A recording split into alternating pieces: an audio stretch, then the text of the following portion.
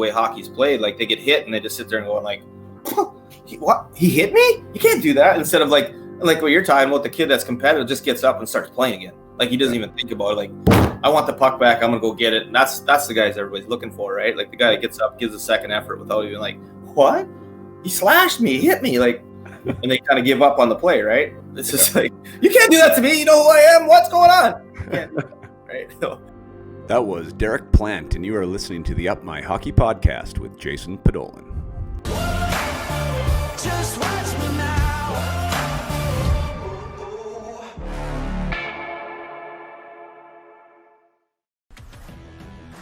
Welcome to Up My Hockey with Jason Podolin, where we deconstruct the NHL journey, discuss what it takes to make it, and have a few laughs along the way. I'm your host, Jason Podolin, a 31st overall draft pick who played 41 NHL games, but thought he was destined for 1,000. Learn from my story and those of my guests. This is a hockey podcast about reaching your potential. Hello there, and welcome back to the Up My Hockey podcast with Jason Podolin. I am Jason Podolin, your host of this program, and recently I've been your absent host of this program. After producing 69 consecutive episodes, I ended up taking about 6 weeks off here over the summer to produce a program that I'm super proud of called the Peak Potential Hockey Project. Created it and launched it very successfully, so I had to take some time away from the podcast. And now we are back stronger than ever and ready to get going here for another season. So we're starting off with a fantastic guest by the name of Derek Plante. Derek is someone that I played with in Mannheim. That's where we first crossed paths for 2 seasons in Mannheim. We ended up crossing paths after Mannheim in the Japan Ice Hockey League of all places, where he played with Nippon, and I was with OG Paper in Tamakomai. Derek, prior to that, was a Division I player. He played at Minnesota Duluth. He was drafted by Buffalo, where he left college and went straight to Buffalo. He had 3 20-goal seasons there. He got a Calder Trophy vote his rookie season. He's famous for an overtime Game 7 playoff winner with the Sabres. He also won a Stanley Cup with the Dallas Stars. He had a great professional career, and after leaving the game, he got involved in coaching back at the Minnesota Duluth, where he is now. He was with the U.S. Development Program, coaching the U17s, I believe, and also was a skills development coach with the Blackhawks. So this guy's been around the game a ton. Super passionate about the game. Like he just loves to chat hockey.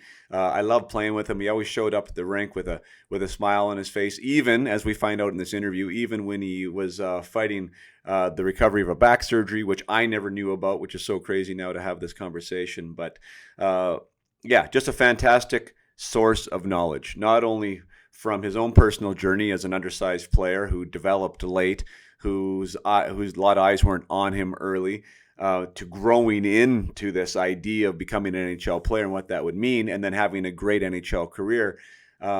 But also, where it took him afterwards, that there is life in hockey outside the NHL, where Derek was definitely made inroads in the Swiss League, in Germany, and as I said, in Japan. So well-traveled, well-respected, still very, very involved in the game and mentoring young men to become the players they want to be and the humans they want to be. So I couldn't be prouder to have Derek on as my guest here for episode 70.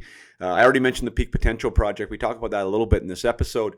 If you are interested, it started on Monday. This episode will release Monday. So it has started. I don't necessarily accept late entrants, but if you are interested, check out my website, www.myhockey.com. It's the Peak Potential Hockey Project. It's a 4-week program, mindset themes. Each week is a mindset theme. There's a coaching call with me. Massively successful. The beta group was just launched the second group now, and I will be doing another group in the future. So if you want to get on the wait list for that, now is the time. But without further ado, let's bring you Mr. Derek Plante.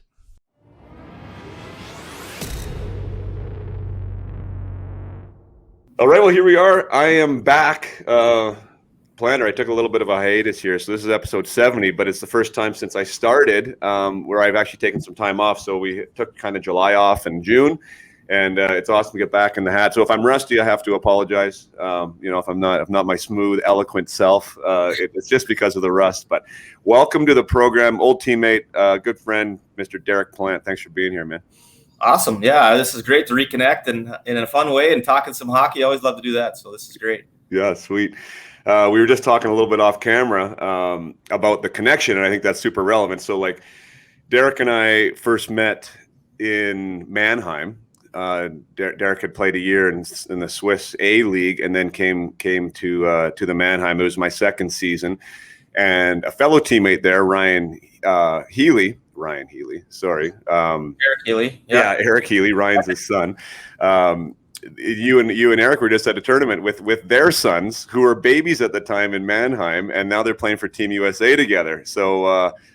Yeah, let's just maybe start there. That's like super cool and super well, and that's the hockey world in a nutshell. But I saw the picture, right, of your two boys, and then I was like, holy smokes. So I texted Healy, and he's like, well, yeah, you should get Plante on. And here we are like 4 to 5 days later, right? Yeah, so funny. Like, I guess I didn't really put the connection together. I mean, it's a long time ago. They're 04, it's 2004. And then just seeing the Healy at the camp, the defenseman, like I haven't really paid attention, because they're out east, right? And at Duluth here, we mostly watch the Western kids for the most part. And then I'm like, that's the name, and I see a lot of dads in the rinks often. I think the lineage is pretty common.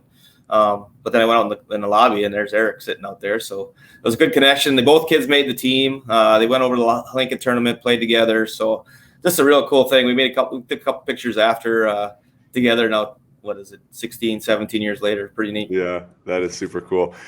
What team was that that they both made? So the Ivan Hlinka tournament it's a big tournament in the eyes of like mostly NHL teams, because this group of kids, the 04s now, would be for the majority, not everyone, because some late birthdays, but majority this would be the first tournament of next year's draft. And so the tournament's a big enough draft that usually it gets the best players. You're going to miss a couple here and there. For the U.S. team, the kids that don't play are, I guess, at the U.S. development program. So our teams tried out for the Select 17s or the Hlinka tournament, which is really a tournament for basically all the rest of the nation that's not playing on a development program team. So they have a tryout. They have a week-long tryout in Buffalo, and then they pick a team from that and go play in the tournament. Canada, unfortunately, this year didn't put a team in the tournament, I think because of COVID and everything that goes with it. Usually they're a strong team and oftentimes win it. The Russian team this year was very good. The Mishkov kid who was arguably going to probably be first or second overall, not this year, but the next year as a younger birthday, was there and led the tournament in scoring. So it's a high-end tournament. Most NHL teams have 4 or 5 guys there. They're GMs, and it's just an opportunity for to start their list of the better high-end kids in all of hockey, I guess, at that age. Gotcha. So these are the majority then are eligible for 2022. That's what you're saying, right? Yep, correct. Unless they're that late birthday, which is after September 15th, and maybe they did a year later. So awesome. No, so that's super exciting then for both of you. Like, so to have your boys come through, you mean to make so that they're considered as of right now some of the top 17-year-old kids in the States, right? Yeah, for sure. I mean, that'll probably put them on at least somebody's list. How high, I don't know, or they'll probably fall off by the end. I don't know, but right. So, they'll start there, and it's a good experience to get to put the USA jersey on. I know you got to put the Canada jersey on and win a gold and all that, and I was fortunate to play in 6 national tournaments and a World Junior myself. So putting that USA jersey on, it's an awesome feeling, especially when it's the first couple times. So I know they both felt that too. That's fun. So what's the temperature like? What's your boy's name? Zam Plante. So what's the temperature like for him? I mean, obviously representing, like you said, he understands fully where he's at. He understands like the magnitude of the tournament and that this is his draft year and all this stuff. Like where's his headspace right now with all this? Yeah, he's pretty good. I think a lot of these kids, they grow up and, for me, like being a coach and I'm around it a lot, I think he understands it, which I think sometimes puts more pressure on them a little bit, because I think, he thinks about it. And like I coached this team 3 times previously. So he knew about the tournament probably from 6 years ago, knowing what it is, and maybe put a little bit more pressure on himself to make the team. And I think once he made that team, I think you get to see him kind of relax a little bit and like, oh, okay, good, this is great. And he went over and he played fall. He fit right in. He wasn't the best player there, but he wasn't the worst player there. So he fit there somewhere in the middle. And Right. I think it was a good experience for him. They didn't win, so I think you go over there as a U.S. team thinking like you can win anything now. And they lost against a really good Slovakian team and lost to Sweden, and then their chances were pretty much done. So it wasn't exactly how they wanted to, but I think that from that perspective, it was just a fun accomplishment. Awesome. And you said you've coached that team before? Yeah, luckily I've been with USA Hockey. I was able to be assistant once, and then I was head coach of that team twice. So it's a really good tournament. Coach some really great players that are now playing in the NHL. So it's a really fun opportunity to see those kids grow and get better. So pretty neat.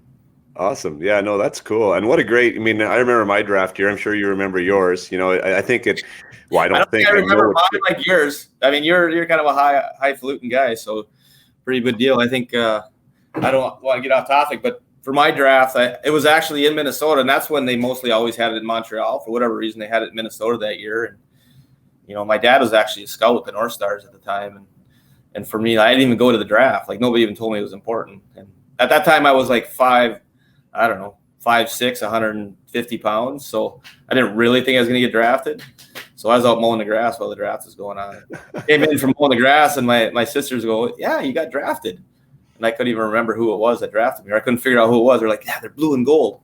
Like, the Blues. And I couldn't think of another team. They're like, "No, the Buffalo Sabres." And we all kind of went, "What? Buffalo? Where the hell's Buffalo?" So funny. It's such a different time, right? Wow. That's what I mean. Like, it was so different. You know, like the Hockey News existed, you know, back when that was really the only publication that you would find anything at. You know, there wasn't these specialized, you know, sports channels or anything else. So, you know, you would follow the Hockey News, and if you happened to get ranked, then you knew that was where you're at. And maybe your phone would ring from time to time with, you know, somebody wanted to take you for dinner or find something out about you. But definitely not the microscope that these kids are under now, where like it's 2 years, 3 years prior to their draft, and they're already know if they're on a radar or who's watching them or whatever. Like, I think it's you know, the environment is much different for these kids, and I think they kind of got to be prepared a little differently too because of that. You know, like there's definitely more to it than just hockey right now. Oh, 100%. I like your mindset, right? Your mindset is where's are you like once you get drafted, are you done? Like, now you've made it? No, you haven't made it. So what's next? And be able to capable with all that stuff. And I think what also comes with that a lot more now is the criticism, right? Like, so when they, you know, even the draft list before the kids get drafted, there's a lot of naysayers saying, no, we shouldn't get drafted. And I think kids have to deal with all that on Twitter and all the different social media. Yeah. Great point with the social media. Like, everyone has an opinion there now, and these kids are attached to their phones just like the rest of the world is, you know? Mm-hmm. So how do you handle that with your team, actually? I mean, I definitely want to talk about your story and stuff, but with your team now, is there any type of social media policy? Is there anything, you know, do you direct them as to, you know, because it can be all encompassing and consuming, and not, we don't always have the best, you know, personal restrictions, let's say, in place, like to help us be our best. So how do you handle that with these young men you're dealing with? Yeah, I mean, it's fair. I mean, we talk about it for sure a lot. I don't know that we have a lot of like rules per se, but we also are like, just don't tweet anything. You know, like, tweet more fun stuff, but, you know, stay out of a lot of it. I mean, if you have a really strong opinion, we're not going to hold somebody back, but for the most part, you're just opening yourself up to a lot of distractions, I guess. And then a lot of times we talk about it's part of the team, right? Like, you're bringing you can possibly bring a lot of problems to the team too, or just, you know, it could be locker room fodder, right? Like, we're better than that team, or we're better than that team, or just not even trying to, right? And all of a sudden another team like all fired up for a weekend. So there's just so many side shoots that it can go on that we just try to stay away from it as much as you can. We don't care if you have it and read it and do whatever, retweet whatever for the most part, but just don't make a bunch of strong comments because they can catch up, right? I remember, which is funny because I just connected that dot just now. I remember getting traded to Toronto, and so I left like Quietsville of like Florida because, you know, the Panthers, you know, it wasn't a big media frenzy there, right? Even when you were up, you know, you were just playing hockey, you were in the NHL, you knew it was cool, but it wasn't Toronto by any stretch of the imagination. When I got traded there, I was in a cab. So like, that was back in the day too, right? Like, there was nobody at the airport to meet me or whatever. I just got traded for their assistant captain. So I hop in this cab. I'm going to this hotel address. somewhere in Toronto. I've never been to Toronto before, and the cab driver had no idea who I was either. Like, he didn't know who he picked up, but he had Sportsnet, whatever, 590 on, or whatever the sports channel was, and the whole program for the hour and a half drive was about like the trades that had happened, but the majority of the trades, because it was trade deadline day, they were talking about me. So I'm sitting in the back seat, right? Like, and it was like modern day Twitter, because like some guys would call in. Yeah, they'd be like, oh, like they loved it, right? And then there'd be like the guys that just thought it was awful, right? And so I'm listening to myself get beat up and pat on the back, and I'm just like, where the hell am I? Like, but these kids, they got that all the time now, right? Like, there's somebody liking them, there's someone hating them, and if you want to, I mean, you can get consumed by both ends of it if you want to. Absolutely. And I remember when I was in Buffalo, the same thing. I didn't really listen to the radio that much, because a couple of buddies did, and we'd ride together to the rink, and you know how that goes. And like, I'm like, why are you listening to it every day? They never, like, these are mostly people that don't really know the game. They don't really know what's going on out there, and you're listening to their opinion, and like, it's affecting you. Like, you just got to let it go. Like, and that's a hard thing to do. I think maybe the kids are better at it now because they see so much of it. And I don't know, where are you on all the chirping? I think that's another question. I don't know, it's a little bit off topic, but the chirping that goes on now is like twice or 4 times as much as it was when we played. On the ice? Oh, on the ice. Like, our guys are chirping guys. Even when we're losing, guys are chirping each other. And it drives me crazy because I wasn't a chirper, right? Like, I wasn't smart enough to have good, smart quips. But anyway, it's like, it's more like subdued and whatnot. But the guys are just chirping each other at all times. And my kids are no different. And I'm just like, I don't know where I don't know. I mean, yeah, interesting comment. I mean, I know that I'm just coaching my boys right now who are a few years behind yours, right? So like the only benches I've been behind are like Pee Wee Adam benches, right? But they're already starting it now. Yeah. You know, they kind of think it's funny and it's cool, and they're trying to figure out how to do it. You know what I mean? And then you're trying to navigate that as a coach in a way that's like, okay, well, how do you make this like fun and still respectful and sportsmanlike in a way? 100%. You know, because you're dealing with these young guys. But I would assume, Planter, that at that older level, like, I feel when I watch it, there's less accountability on the ice. For sure. Right? Right. Yeah, absolutely. Like, so I think if you throw that in, and that's why the people, everyone can have their opinion about fighting or the physicality or whatever, but I think as like the less physical it becomes, the less fighting that exists. And you and I both weren't fighters, but we played at a time where we would have to, or did, that was probably another reason why you kept your mouth shut.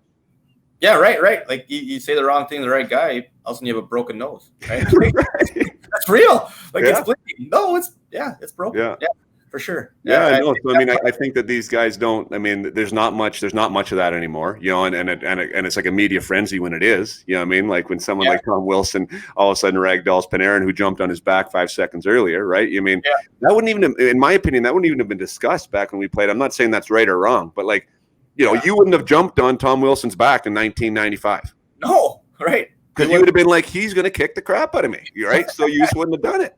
Right. And that would have been okay. Everybody would have been all right with that. Yeah, so I don't know. I mean, I just see that. I kind of see that from the outside looking in now. I see like these things are changing, and that's probably why guys are chirping more, and that's, whatever. I mean, I think the pendulum's swinging back a little bit now, like with, like we're understanding there needs to be some weight in the lineup. There needs to be some heaviness, right? And I think those guys are actually, teams are looking for those guys for sure. They are, right? Yeah, right. So So when I was coaching at Duluth, so I've watched hockey from the West Coast to the East Coast, and then I went player development with the Chicago Blackhawks, and again, I'm watching our draft picks from, like, I've watched every level for the last 10, 12 years, and there's not a place anywhere that it's acceptable to go hit people really hard anymore, right? And then let alone fight. So when I got to Chicago, and we talked about that a lot, like, that's the guy that's missing, is the guy that's legitimately tough, because there's not an avenue that a kid can go do that anymore. And I don't know where guys learned that in the past, but there's no level, whether it's BC or way out east in the Maritimes, right? So there's not a place for that to happen. Like, the reffing wherever is, if you hit somebody hard, even if it's clean, you're going to get a penalty. So it's taken a lot of that out of the hockey, really. So to find a guy, I agree. Tough, that's like Tom Wilson. Like, he's legit tough, and of course he can play, right? Yeah. There's just that's the unicorn out there right now. You can't find that guy. Yeah, great point. And it is the unicorn, because I think you nailed it on the head. I mean, the development system just doesn't really allow it. So, I mean, even with what I do, right? I'm dealing with youth athletes and stuff, and trying to help these kids realize these dreams. And everyone's looking for like, what's the competitive advantage? And like for me, well, one, I definitely believe mindset's a competitive advantage. But when you apply mindset to like your game, like if you can have a competitive edge on the ice right now, like I say that to anyone, you stand out like a sore thumb out there. Right? Like play with an edge, and you can control that, right? Because nobody's really doing it. So it's the easiest way to stand out is doing that, I think. 100%. I was at a USHL camp earlier this summer, and there was one kid there from the Texas area. It was just running around hammering people. And like he had such a profound effect on these are just scrimmages, right? But like it was so noticeable. Like guys just didn't know what to do. Like he even challenged a few guys to fight, and they just didn't, like, they just totally backed down. Nobody would fight him. Nobody would, like, and some of his hits were a little bit dirty, but for the most part, they're just hard hits, right? And it just was just so amazing, like, how that changed everything. Yeah. Like, kids were just tiptoeing around, and the level of, like, the intensity, you could just feel it, like, amp up, because guys just all of a sudden are like, holy cow, this guy's on the ice. And, like, you can tell they never deal with that anymore. Like, we dealt with that on a nightly basis. There was always a guy or two that, I don't want to call them predatory, but that was kind of their job. Like they would hard hits. So you had to keep your head up. And if you got smoked, it was kind of your fault for going across the middle with your head down, right? Like that was part of it. Some of that's all changed, and there's just not that element, which I don't know if it's good or bad. Like the skill level in hockey right now is elite. It's awesome. It's fun to watch. It's fast. So all that's there too. But there's that element of just getting knocked on your ass. That's kind of fun to watch. Yeah. Well, I think too, like you just said, I mean, the funnel is getting so tight. Like when it comes to, who can't do the Michigan now? I mean, it's like right. It's crazy. Yep. You know what I mean? Like, so all that elite skill is coming to a head, and it's like, now how do you separate? Like how talented you need to be to stand out in that regard, right? And I think like we've already touched on it now. If we're talking about a pro level or even like a championship team in any like junior, collegiate university, like you need those guys because a lot of these skill guys disappear. I mean, you watch it every year in the Stanley Cup playoffs, right? Like the teams that sometimes get in aren't the teams that win because these guys don't know how to deal when the physicality gets ramped up. For sure. I mean, yeah, you can see it. And that's what was cool about Tampa is like ultra skilled, but look at how big and strong their defensemen were, right? Yeah. And here I'm at Duluth, and we had a guy here named Nick Wolf who legitimately changed most weekends when he's on the ice because he just had that open ice hit ability, and he did it early, and he just smoke a guy, and the rest of the weekend, okay, like, it's just everybody's on their tiptoes a little bit, right? Like, and Duluth was good enough with the rest of their players that they could make plays, they can score, they can do all the rest of it, and all of a sudden they've had both elements, right? Yeah. Where you have some toughness in your lineup, like legitimate toughness, not just fake toughness, but legitimate toughness, and it makes a big difference for sure.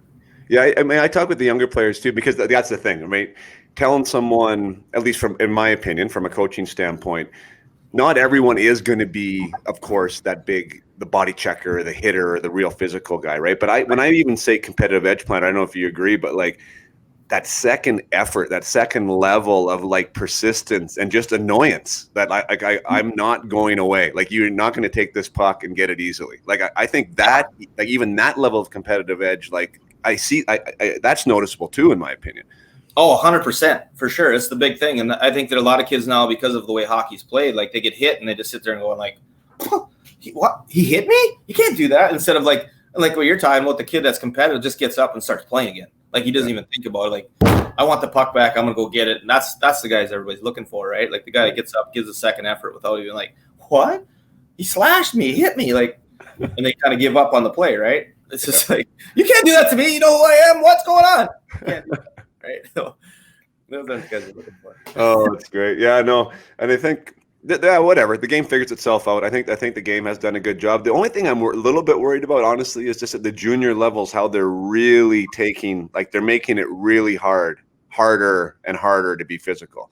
And they are doing that with the fighting. And that's like, I guess that's the age-old question, right? Is like, I unfortunately think that in 20, 30 years that there isn't going to be any fighting because maybe that the NHL doesn't change the rule, but like you said, nobody's doing it anywhere. Yeah. I think it's already changed, right? Like there's not many fights. Like I think about the year I was in Buffalo, we had like, I think in 95, somewhere around there, we had 3 of the 4 most penalty minute guys in the league. Right? We didn't make the playoffs for that same reason, but like they're at 300 PIMs a year. Yeah.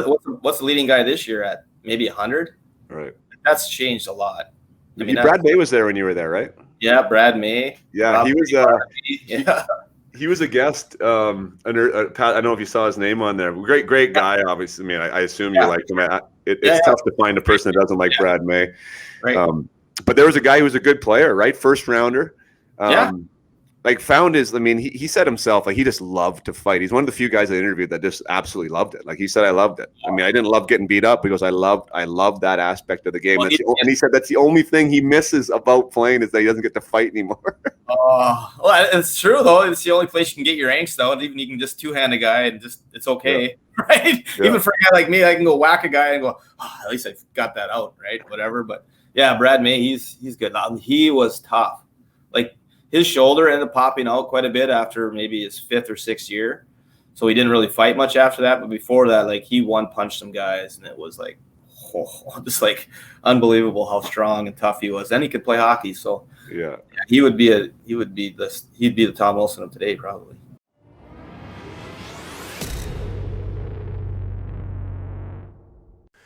Take another short break here just to remind you that if you like what you listen to here, I do provide this service for athletes and I provide this service for teams and associations. So if you are a coach or if you are a parent or if you're an association director and you want to bring player development, mindset development to your team in a way that you've never seen before, that's going to give you results that are going to blow you away, I'm your guy.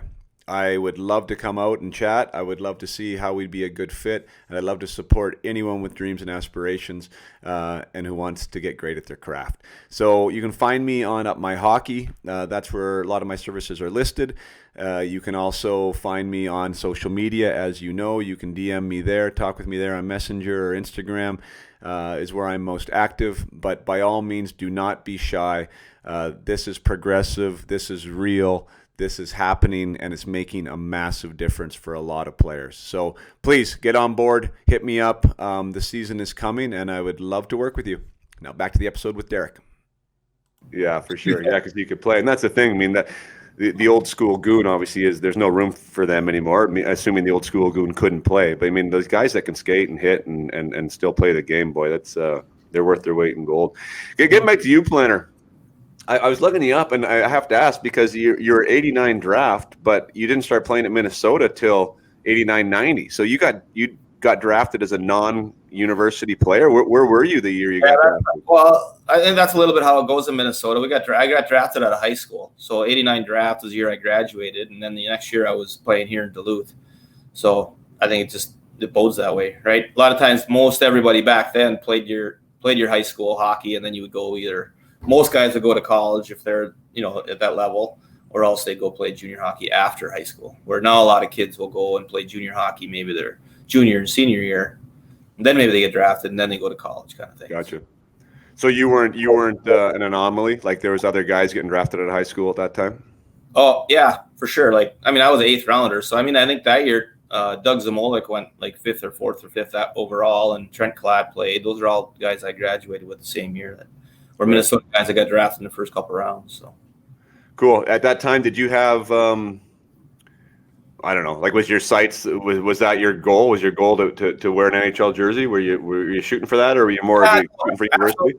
Absolutely not. Like I was a late bloomer. Like I was super small. Like maybe 10th grade, I was still like 5'1". So I was just hoping to get to play on my high school team. The high school coach called my dad to finally just ask, like, is it all right if we play him? Because that was my 10th grade year in high school, and because I was always small, so it wasn't like changing anything, right? I was just always small. Yeah. It's like play him, and I did good, and then the next year I was good. So I just started to grow. I didn't grow till late, so I was like 5'6" as 11th grader, and then all the way to 5'9" when I graduated. So I grew another 1.5 inches in college. So it was really? I was just a late bloomer. So it kind of amazing I did get drafted because a lot of the hype around here, I wasn't really recruited as a college player. Just I don't know if because I was small or what the reason was, but a lot of the talk was like when I committed to go to Duluth, it was like, no, he'll never play. There's no chance, right? So, I think that's to the mindset, right? Like I was going to screw those guys. I'll show them.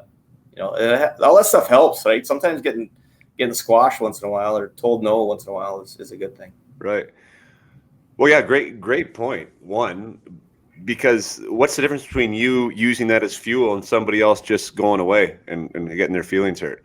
Right. You don't know which guy that was because this is so hard to quantify all this stuff, right? But I think once you get towards the top, you can realize, like, I think even talking to my dad after the first year or two after being in NHL, I'm like, there's some guys that aren't on our team that are like unbelievable, but just mentally, like every time the coach talks to them, they just go in the tank, like, and those guys sometimes that have played in the minors or wherever, but it's such a grind in the NHL, like every night, like it's all about your mind. I think it's as much or more the most important thing is just how you deal with everything and the willingness to fight through whatever's coming.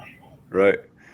Which is so fun. Like, how do I even phrase this? Like, I think the culture of like getting there, right? Of like coming up through the ranks, like the word was always mental toughness, right? Like, are you mentally tough enough? Right. Or you need to be mentally tougher, but there was never a book or like a how-to, like how do you do that? I mean, how do you work on it? So that's something that I've personally been trying to like formulate is like, what could I have used or what would be beneficial to like manage situations, like to manage your mindset, right? To work on it as a skill. And I've actually created that. It's called the Peak Potential Hockey Project, which maybe we'll discuss it offline because I've been talking with some junior teams about it. But like, yeah, because back in the day, like either you did connect the dots in a way that served you and supported you in your dreams, or you didn't. I mean, and it wasn't. I think everyone's capable of it, I guess, is where I come at this from. I have a growth mindset about it. I'm like, I think a lot of guys just don't have the perspective or the understanding of how to use that, in a way that's going to support them. Because you did. And Danny Briere, another man, I'm sure you love Danny too. Like, what a great story he is. Absolutely. But, phenomenal guy, undersized forward, was having a hard time making that jump from the minors to the show, ends up as a, an all-star and a top 10 point guy in the NHL. Yeah. And he used, like, he says, like, he would cut out the clippings of everyone telling him that he couldn't do it. And he'd read them always. Like, it was actually part of his, like, motivation plan, like. Yeah, right. So cool though, right? I mean, because some guys wouldn't do that. Some guys wouldn't want to look at it. And he found a way to, I mean, he did a lot of other things to get himself over the hump. But as an undersized forward, that was like, you know what, screw you guys. I can totally do this. And I just love even sharing those stories with some of these younger players, right? Because it's, what do you want to do with that information, right? Yeah, and that's the hardest part is you can have the information, but are you going to use it or not use it? Like when I was doing development with the Blackhawks, we have these conversations often. And you give them like tools to use, but it's funny how rare guys will actually take advantage of those things. Like, you're trying to literally help these guys, and sometimes they're just like, yeah, okay, and then they don't do it, right? And then they end up a couple years later, they just end up kind of failing because they don't have some of the tools that you tried to help them with, and it's sometimes frustrating in sport. And I'm sure you deal with some of the kids you use because it's not really all that much different between young kids and old kids and college kids. Like, you're having the same conversations on the bench. You're having the same conversation in the locker room a lot of times. It's, some are more serious, but it's a lot the same thing. Like, we have that all the time in college. Like, these are the things you probably need to work on, and then that kid won't work on them, whether it's even their shot or whatever. And they sometimes do. The kids, like, there's some kids that are like, you say it once and they're going to fix it. Like, and those are the guys that make it, right? And the guys that, like, you're like, it'd be great if you could, work on your shot or just supple hands or just cutbacks or whatever it is, right? And then they don't ever do it. And then it doesn't get better, but yet they expect to play more. So that's always seems like the challenge as much as anything. Oh my gosh, Planter, you sound it like that's another. So in this program I was telling you about, like the last week is extreme accountability or extreme ownership is what I call it. Because like, accountability. Yeah, because it's like, because that is it. And it's like, and I think when you really lay it out, like when I'm working with my athletes, it's like I always start with the question of like, what do you want? Like, you tell me what you want, and do you want to be your best, or where do you want to get to, or whatever that goal is, and then now I'm going to try and make you accountable to what that is. It's not my idea, right? It's not Derek Plante's idea. It's your idea. You told me, right? So now you told me. So now let's figure out what that looks like. And Brad Larson, the new head coach of the Columbus Blue Jackets, who I had on as a guest, he almost said verbatim what you said. He said, even at the NHL level, he's like, to have a guy commit to something like that. He goes, they'll walk into my office and they'll want to play more, or they'll want to be on the power play, or they'll want to ask questions. He goes, and that's part of the game now, right? Like you know that too, right? As a coach, you have to be prepared to answer questions, not like it was back when we played. But he says you give him the answer, and he's like, he goes, the percentage of players that 30 days later are still like committed to working on whatever that thing is. He goes, it's almost zero. Yeah, it's unbelievable. Like, I love it that I come ask questions. I feel like I should be accountable if I'm a coach, and I want to help you as much as I can. If you have questions, come ask me. But you also have to accept the fact that I might give you the answer you're not looking for, right? It might not be the best thing, or it might be something you actually need to work on, and then we can go from there. And that's where some of this, like, mental toughness and a little awareness of open mindset of all these things, that they matter. They for sure matter. Yeah. How does, as far as you and your assessment of the personality or the player, I had on Ryan Johnson previously, and he loves a player that has a high level of self-awareness, was able to self-assess. So he's like, I don't want it to be Trevor Letowski too, actually, another coach in the OHL. He's like, I don't want to go in and I don't want to talk the whole meeting. Like, I want some feedback. I want a guy to be able to tell me where he thinks he's at, or how he's playing, or where he thinks he needs to improve. And for Ryan Johnson, who's director of player personnel for the Canucks, he's like, that's a big red flag if a guy can't self-assess for me. You know, he's like, I want this guy to know. I want them to be able to reflect and understand where they're sitting at. Like, does that ring true for you too? Oh, absolutely. I mean, it's always like, I'll go watch games when I was with the Blackhawks, and I'd go watch games after, and it's always the first conversation. What do you think? And some guys are like pretty hard on themselves, and then usually the conversation goes pretty good, quite honestly, right? Because they kind of want feedback, or maybe they just know they didn't play very good. They're kind of cheating it. But if the guy comes out and tells me he's playing really good, I don't even know where to go with that. Like, because then you got to turn it around and go, no, you didn't play very good. Like, I don't even know. Like, it's almost a non-starter, right? Like, come out and be honest, and like, yeah, I was pretty good tonight. Like, it's okay to say that too if you did have a good game and you were fine. But most of the time, the guys that have good games never say that, right? So, right? I was okay. I could admit, things went my way tonight or whatever, but they don't really say that. And the guys that seem like they don't get it, they have a good night every night. Yeah, I know. I hear that, and that's I don't even know. And then it's a hard conversation. Like, okay. Because then I'm not doing my job if I don't give them some feedback either, the proper feedback. And that's always a little bit hard, because now you're like, you don't want to crush kids, because, a lot of this is about confidence and keeping them in the right place. And if you're not there every day, they're kind of like, yeah, you're working on, you're doing a good job. And your only touch on them is a negative one. That doesn't help them either. So that's a fine line with that development stuff and trying to figure out where a kid's mind is. Sure. And is that a big part of the puzzle for you? Like, yeah, because I'll bring up an old coach of ours, Bill Stewart, and maybe I'll ask you for your favorite Bill Stewart story. But he was an example of an old school coach from an old school system that actually had success in most places that he went, but he had a one way of doing things, in my opinion, right? And that one way worked for some guys, and it didn't work for a whole lot of guys. But he wasn't that worried about that. He was worried about what his approach was and how he handled it, right? Like, it seems like the coaching world is now migrating to a more like individual specific type of coaching philosophy, right? So like, it sounds like you're trying to navigate the personalities within your development system or on your team now to find out what works best for them. Is that do you find yourself more into like the psychological work of it most of the time now? Oh, well, yeah, without being in it, like, yeah, for sure. You're just trying to figure out what makes this guy tick. Like, we can go through all 20 guys, and one guy needs to get yelled at to motivate him. Another kid needs to be just patted on the butt to get motivated. And that's hard to navigate, because sometimes this doesn't work that way. Like, sometimes you got to yell at the guy that needs a pat on the butt, and then you got to figure out a way to deal with that. So yeah, that's probably the challenge for every coach, right? And if you have a little bit hard time figuring that part out, you probably have a shelf life, right? And that's probably where coaches get worn out on teams. Sometimes their ideas, their concepts are good. It's just they're hard, right? And I think it's hard to be really hard all the time in today's culture and in today's player. There's got to be a little give and take, and they're a little more sugar than there used to be, probably. Yeah, for sure. Do you just because I'm thinking about Bill Stewart now? Did you we're jumping around with your career, but I mean, you had a great season in the Swiss League. Yeah. Germany recruited you, or I don't even know how that process went. You end up coming over, and from a point standpoint, didn't have a thriving year in Mannheim there.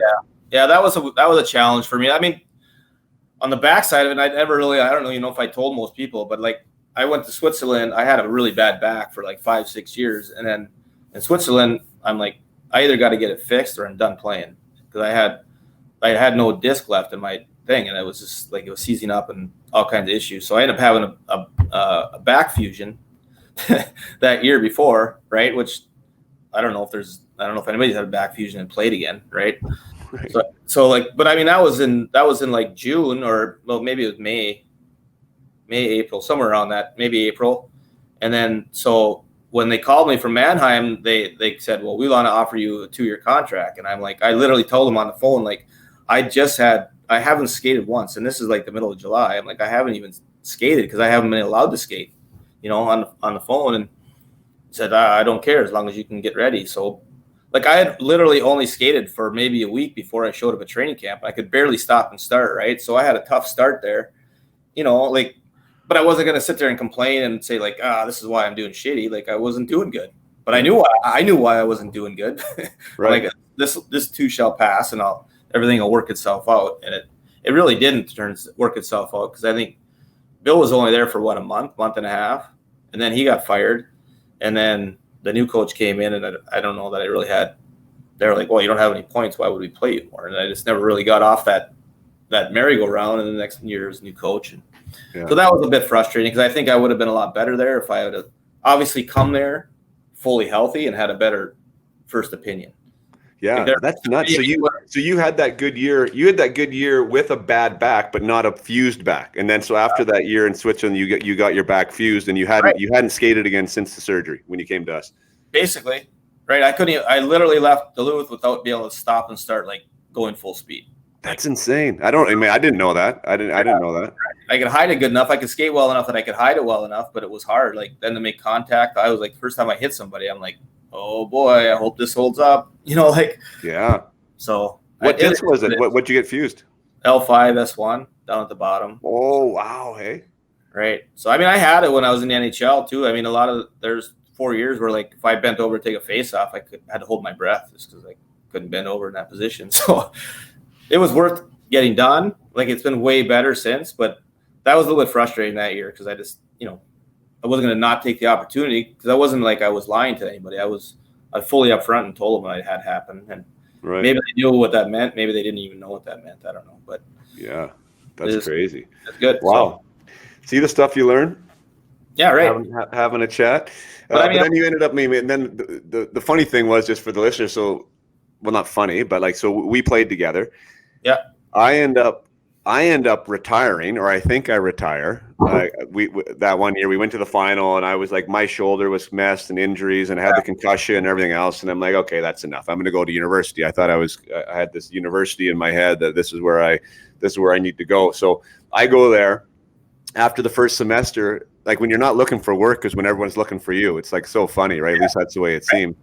And the phone kept ringing, and then finally, but it was like it was cool spots like Milan or Copenhagen, or like kind of these more obscure leagues that I didn't even really know, places that had leagues, right? But I said no, and then Japan called. It was like right around Christmas time, right? I'm like, Japan? I didn't even know Japan had a league again, right? I'm like, really? Yeah. And found out a little bit more about it. They had only the one import system, as you know, obviously, and the money was like really good. And I'm like, yeah, I'm going to go to Japan. Like, this sounds awesome, right? Like, when do you get a chance to go to Japan and live? And it was on the North Island of Hokkaido. And anyway, so I go there, and then you're playing for Nippon. So then like we cross paths, and you're tearing the league apart too at that point. Like, were you feeling then, like, had you like now understood how to play, and your back was now strong enough? Yeah, and that's the thing. Probably halfway through that first year, even in Mannheim, I was probably by then, if I was at that point when I started, things would have all changed, right? Like I did. Like you look back at the stats. The stats aren't terrible for a guy that played fourth line and hardly played. I think even in Mannheim, I had almost 15 goals and whatever. I hardly played, right?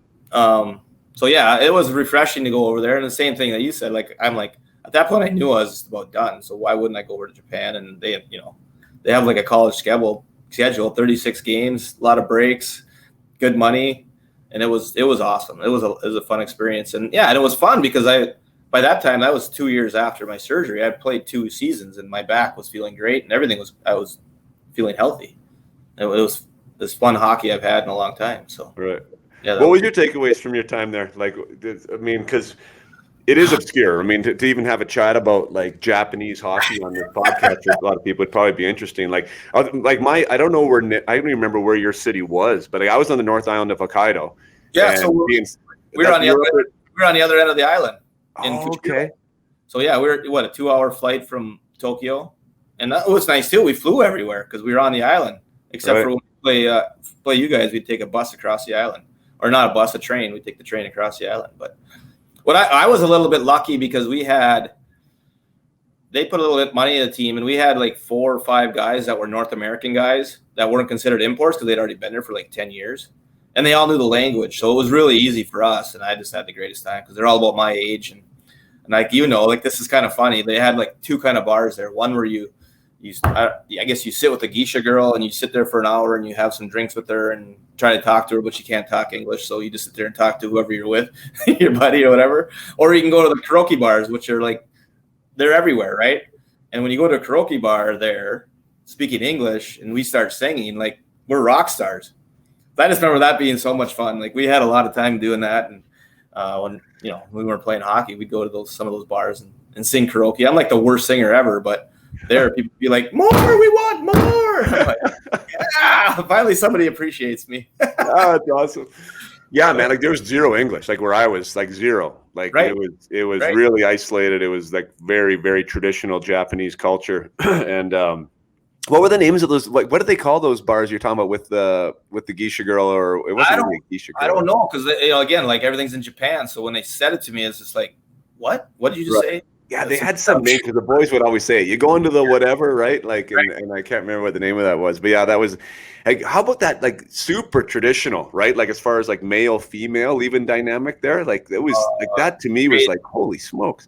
Very service oriented, right? So everybody was so nice and always treating everybody super good. Like, we had a great experience, and it was fun for us too. Like the players we'd fly to Tokyo and play. My wife and they wouldn't really fly with us often, so they stayed in Kushiro, which is kind of a fishing village, not a huge city. But we got to go to Tokyo once in a while, and we went to China a couple times, and so that was an unbelievable experience to go watch and see all those places. But what'd you think of the hockey? I mean, we beat one China team 24-0. So, I mean, it wasn't great, but there was enough teams like. You guys, the team in Tokyo, there was probably 4 teams that were really competitive. One of the Kushiro teams was really competitive, or not Kushiro, Korea teams was really competitive. So, I mean, when it got towards the end, when the playoffs started, the games were pretty good, and it was fun. It was fun. Like, I was at the stage where I was there as much to have fun with all of it and not worry about it. But we had the Japanese players, my opinion, like I thought they were good players, like on an individual level. Mm-hmm. For me, it was just like the way they played was the biggest transition, because where I thought somebody would be, because there's times in a game where, at least for me, like I don't have my head up and have a full awareness of where everyone is on the ice at all times, right? Like, so you'll make a play under pressure with somebody on you, and you think that there's supposed to be somebody in X place, right? So you put the puck there and there's nobody there, right? Like that was one thing that I found is just like kind of like the natural hockey instincts, or at least North American hockey instincts, like that wasn't really existed. So I had to figure that out. Right. I was lucky enough. I got to play with Ryan Kuwabara for the most part. Was a good player. I think he played AHL and stuff. And we had a really good power play. I think our power play like 55 or 60%. So we had some guys that kind of knew what they're doing, and the supplemented with some pretty good Japanese players. I think, like you said, though, like what happens there is like they get to a certain level of player, and then they can't. Those guys could probably get way better, but there's nobody there to push them because they're just so far from anybody. Like they can't go just play Sweden. They can't. They get to a certain level, and there's nobody to challenge the really good players, and then they kind of tap out too. So I know that they could really skate. We had a couple guys on our team that were absolutely like jets. Like they were so fast. Like I played at the left winger there. Like I'd get it on the right side, and he's a left winger. I just get it. I'm like, you just fly on that wall. I just get it and turn it off that wall. And he went, and he'd fly right by. He'd get 3 breakaways a game, and I think he had like 40 goals on the year. Like It was just easy, right? Like he's just catch him in full flight. Once he figured it out, he's like, "Oh, I like this. This is good." Yeah, that's perfect. Let's talk about your time at Minnesota Duluth. I was a WHL guy. I mean, so I like talking with guys that played university. I mean, you and I can't compare because we weren't in both spots. But like, was that? Sounds like as a late bloomer, and that's one thing I've talked about on the show lots of times. Like, junior's like more of a rush, right? Like you're quicker, and then if you're not in the NHL, then you're in the AHL. And the irony in that is that you can be washed up at 22, 23 in the eyes of like the higher ups, whereas you guys coming out of college are still fresh young faces, right? Like, so for somebody like that was growing late, that was smaller, I assume that was just a perfect fit for you. Oh yeah, perfect. Especially when I wasn't even like thinking about the NHL. I was just worried if I was going to be able to play in college, and so yeah, that was great for me. It was a great experience. It was, some of my best friends were my college roommates when I got here. So all that part was awesome. I met my wife there, but the hockey was good. Like, I didn't really know what the Western League or the OHL or any of that stuff was really until maybe even the last 6-7 years when I was with Chicago. Like you always hear about it, and down here you kind of get a misnomer, like it's this and that, and it's not good, and blah blah blah. Right? They paint the black picture. And it's a good avenue for a lot of kids, but I would still say after seeing both, it is better for a kid that's probably a later mature because it just gives you more time, right? And so many kids are signing from college now anyway. Like if you end up being that player that's that good, then you just leave college after 2 years, right? Right. You go, like nobody's stopping you. College is always there. But yeah, I mean, I think the guys that play in the Western League and the OHL, like if you're a top pick, it doesn't matter where you go, you're going to make it. Ultimately, but and that was a tough. Like I remember for me, like the big thing for me because it was. I mean, like you said earlier. I mean, I was a highly prospected player or whatever, right? So, there was a chance. I mean, I was the last cut from Florida at 19. There was a chance that I was going to play at 19, 20 right, in the NHL. So I was like.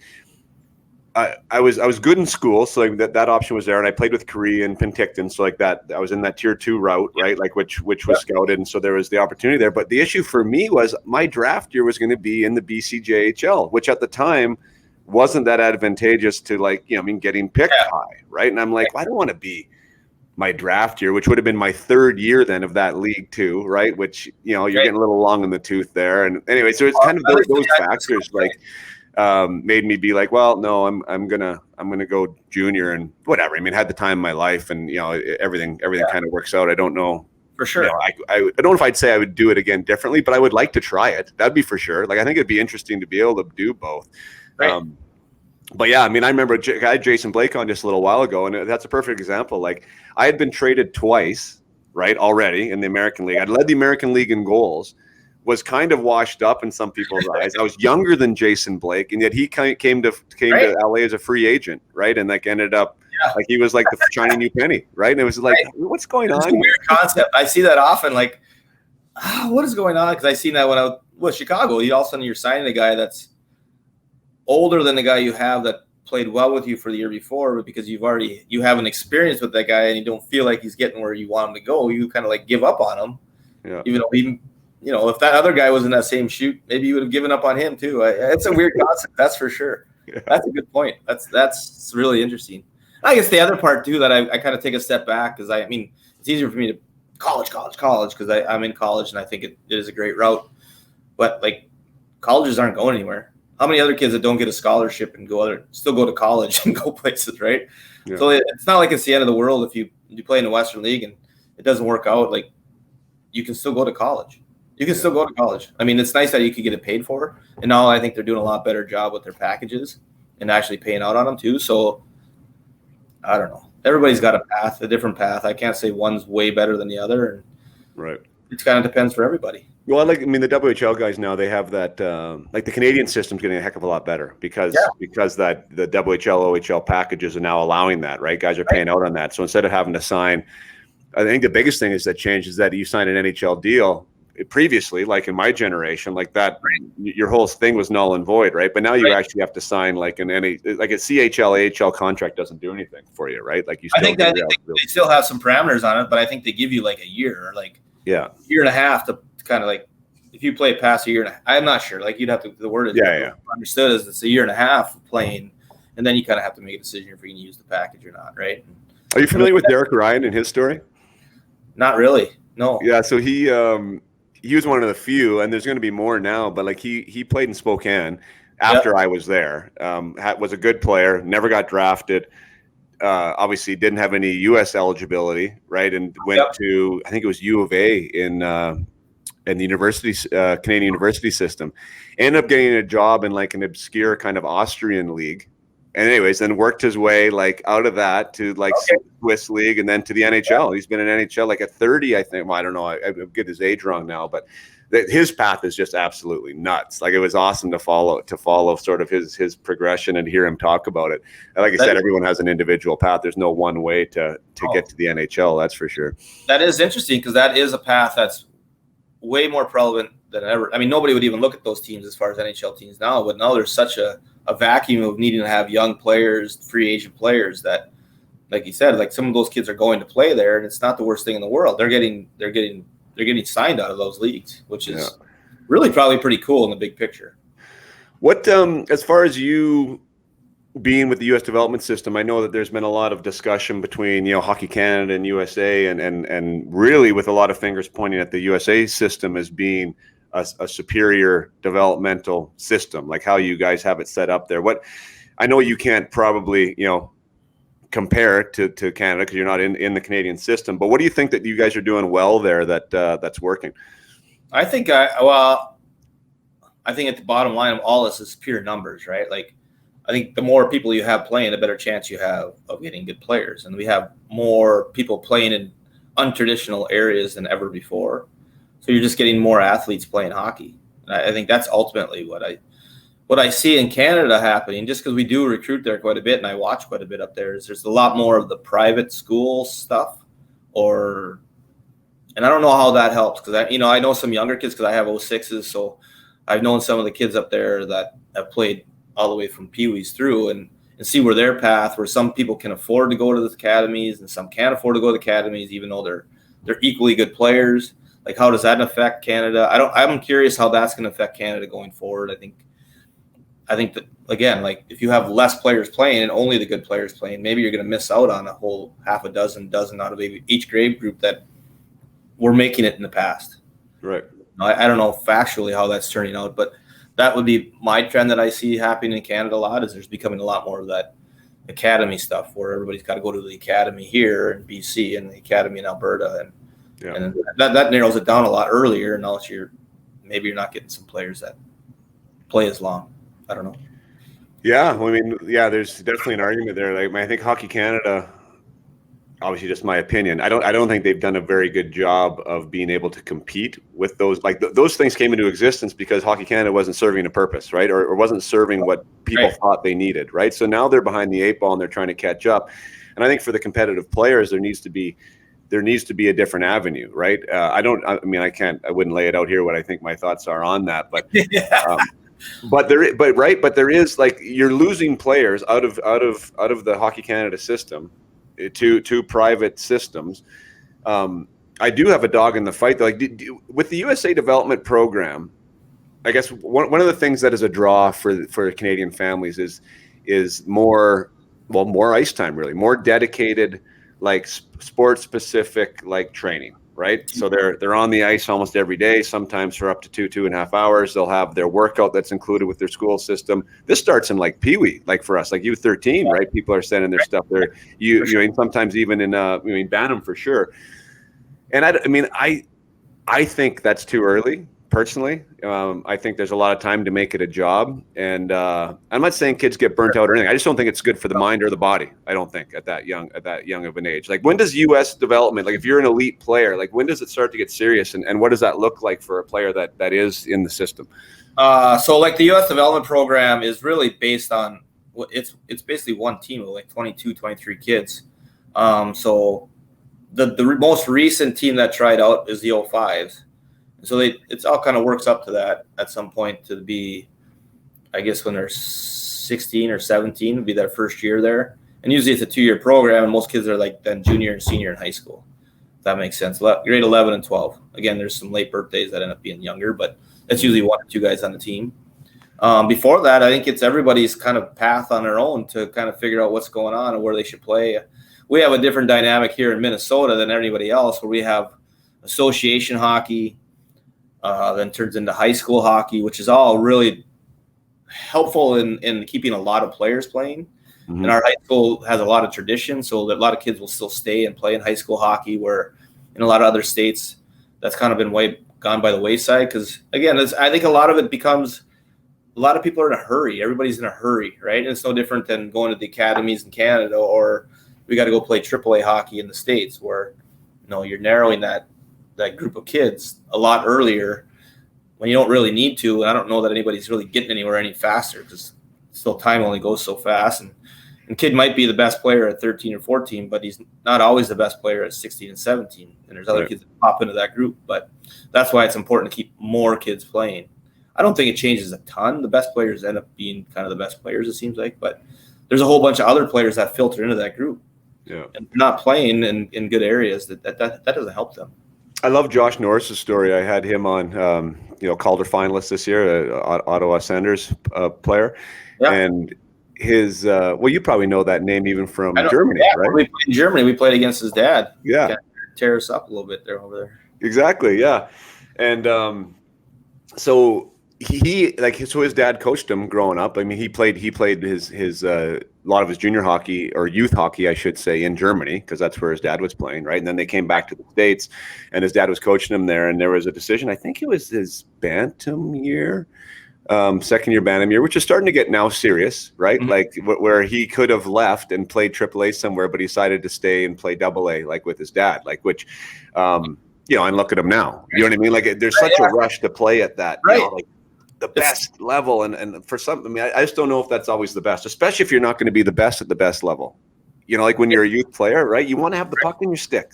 You want to be able to score goals. You want to have some fun, right?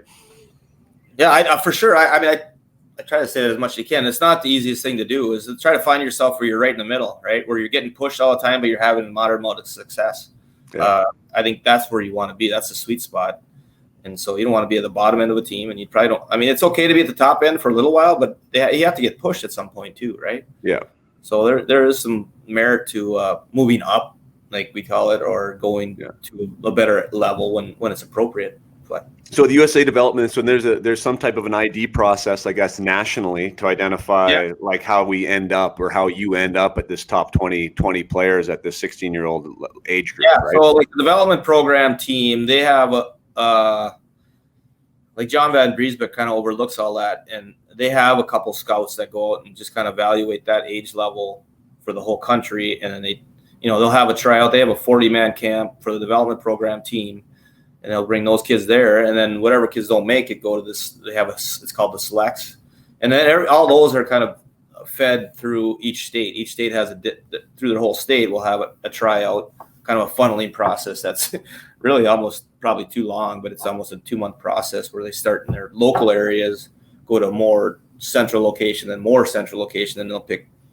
For Minnesota, I think it's based on how many kids are registered in your districts. Like Minnesota gets 23 kids to go to that camp, or maybe Montana gets 4. You know what I mean? Just because they don't have a ton of hockey players.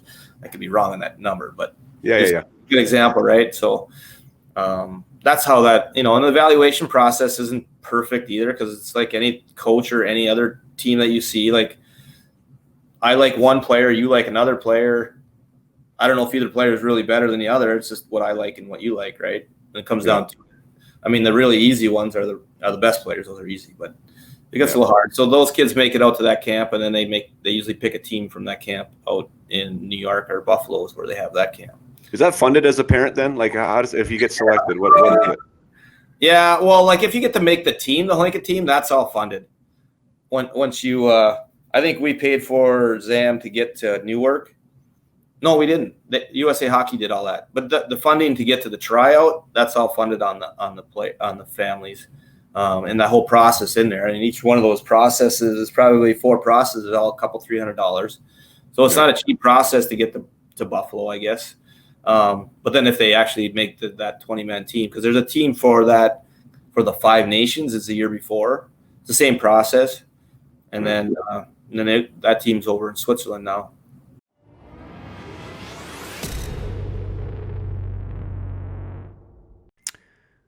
To take a short break from the interview with Derek to say thanks. I haven't said thanks in a while. I know I took a break, and you are still here, still listening, still sticking with me. I know podcasts can be very habitual. I know they are with me.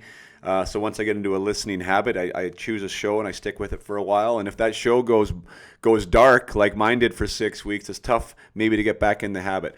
But I do thank you for listening and tuning in. If this happens to be your first episode, by all means, please subscribe to the podcast. Please share it amongst your inner circle. The reviews that I get and the feedback that I get from DMs is so inspiring to me. I love that parents and athletes can listen to these stories. I love that the stories motivate, educate, inspire, like I said, and that is really the beauty of what this whole platform is about, to provide wisdom to others that, some of us, like Derek and I, wish we knew when we were going through it. So thank you so much for being here. Thank you much for your subscriptions. Thanks for your reviews. If you haven't reviewed, I know there's a lot of you out there that tell me, I'm going to, I promise. Well, just do it. Put a review up there. It totally helps. We'll get some momentum rolling with the podcast again and start climbing up the charts with these new episodes. So thanks again. Now back to the episode with Derek Plante. Playing also, but You talk about intangibles, and I wonder, you as an evaluator, I know the answer at the collegiate level that it's beyond just what they're doing on the ice, because you're talking to these athletes and these kids off the ice, and to see what, kind of what their makeup's like and what they're made of.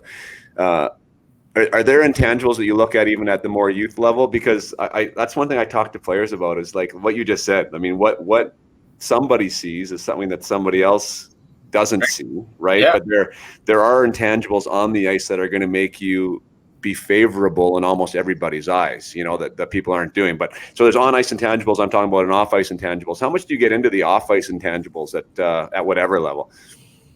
Well, I think they're huge. Like, that's the difference, I think. I mean, hockey sense is like, if you can recognize hockey sense, that's huge, right? Because those guys seem to grow the most. But what's the demeanor and what's in here, right? What's in your heart? Because that's the guys that kind of seem to end up making it. That's probably the hardest thing to determine, is what's kind of in their heart. And a lot of times that's what's really been hard over the last year with the COVID, is trying, all of our recruiting for the last year has been on video. And I think that's what's so hard to pick up on the video for me, is, now I've gone to a few games and I can watch a player really intently. And I think a kid really exposes his character and all that stuff in a game if you watch close enough. Just like when you miss a pass, does he go like this? Does he like give me a better pass? Like, all those things are little cues, like, for me.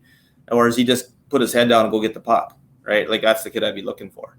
Like, all those little cues are the things that you can't see on video sometimes, unless the camera's right on them. But the camera work's not so great. And what are they doing when they get back to the bench? Are they like talking with their teammates? Are they slamming their stick? Are they mad at themselves, which I think is kind of cool a lot of times, or are they mad at their teammate because they got a bad pass or they made a bad shot, right? Yeah.